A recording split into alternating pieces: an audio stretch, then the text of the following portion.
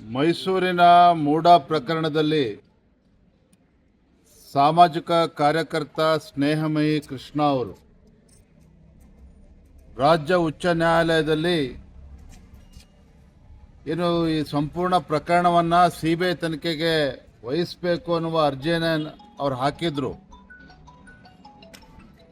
ಆ ಅರ್ಜಿಯನ್ನು ಮಾನ್ಯ ರಾಜ್ಯ ಉಚ್ಚ ನ್ಯಾಯಾಲಯ ತಿರಸ್ಕರಿಸಿದ್ದಾರೆ.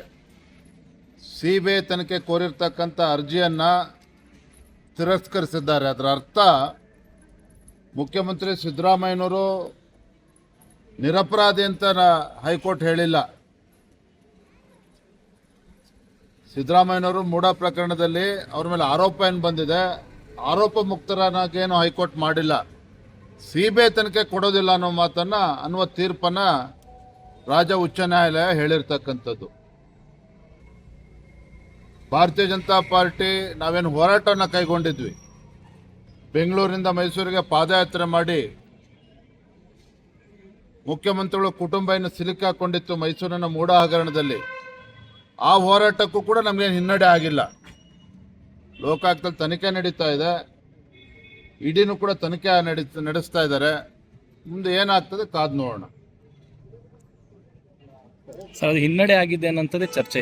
ಸಿಬಿಐ ಕೊಡದೇ ಇರೋಂಥದ್ದೇ ಹಿನ್ನಡೆ ಅನ್ನುವಂಥದ್ದು. ನನ್ನ ಪ್ರಶ್ನೆ ನೀವು ಉತ್ತರ ಕೊಡಿ. ರಾಜ್ಯ ಉಚ್ಚ ನ್ಯಾಯಾಲಯ ಮುಖ್ಯಮಂತ್ರಿಗಳು ಅಥವಾ ಮುಖ್ಯಮಂತ್ರಿಗಳ ಕುಟುಂಬ ನಿರಪರಾಧಿ ಅಂತ ಹೇಳಿದೆ ಆ ತೀರ್ಪಿನಲ್ಲಿ. So then there ends the matter.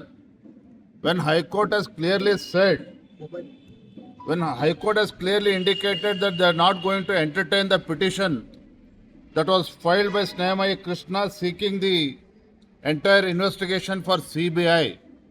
At the same time, High Court has not given clean chit for Chief Minister family.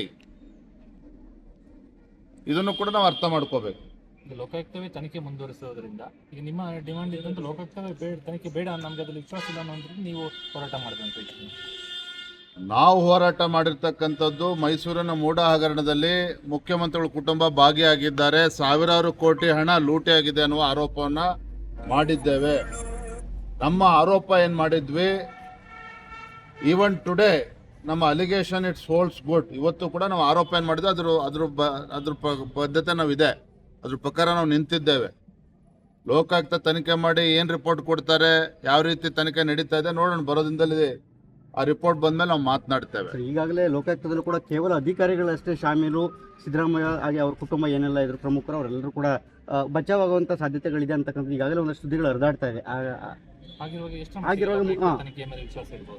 Lokayukta ತನಿಖೆ ನಡೀತಾ ಇದೆ. ಆ ತನಿಖೆಯ ಸತ್ಯಾಂಶ ಏನಿದೆ ಆ ವರದಿ ಹೊರಗಡೆ ಬರಲಿ, ಆಮೇಲೆ ಅದ್ರ ಬಗ್ಗೆ ಪ್ರತಿಕ್ರಿಯೆನ ನೀಡ್ತೇವೆ. ಆದರೆ ಇವತ್ತಿನ ರಾಜ್ಯ ಉಚ್ಚ ನ್ಯಾಯಾಲಯದ ತೀರ್ಪು ಮುಖ್ಯಮಂತ್ರಿಗಳು ನಿರಪರಾಧಿ ಅಥವಾ ಮುಖ್ಯಮಂತ್ರಿಗಳ ಕುಟುಂಬ ನಿರಪರಾಧಿ ಅನ್ನೋ ಮಾತನ್ನು ಹೇಳಿಲ್ಲ. ಅಲ್ಟಿಮೇಟ್ಲಿ ಲೋಕಾಯುಕ್ತ ಏನು ವರದಿ ಕೊಡ್ತದೆ ಅದನ್ನು ಕಾದು ನೋಡೋಣ. ಅದರ ನಂತರ ನಾವು ಉತ್ತರವನ್ನು ನೀಡ್ತೇವೆ.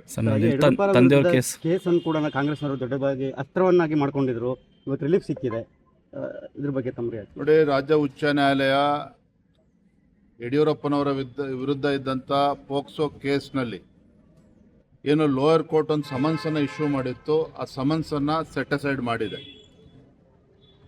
ಯಾಕೆ ಅಂತ ಹೇಳಿದ್ರೆ ರಾಜ್ಯ ಉಚ್ಚ ನ್ಯಾಯಾಲಯದಲ್ಲಿ ಪರ ಮತ್ತು ವಿರೋಧ ಭಾಳ ದಿನಗಳ ಕಾಲ ವಾದಗಳು ನಡೆದಿದೆ ಹೈಕೋರ್ಟ್ನಲ್ಲಿ.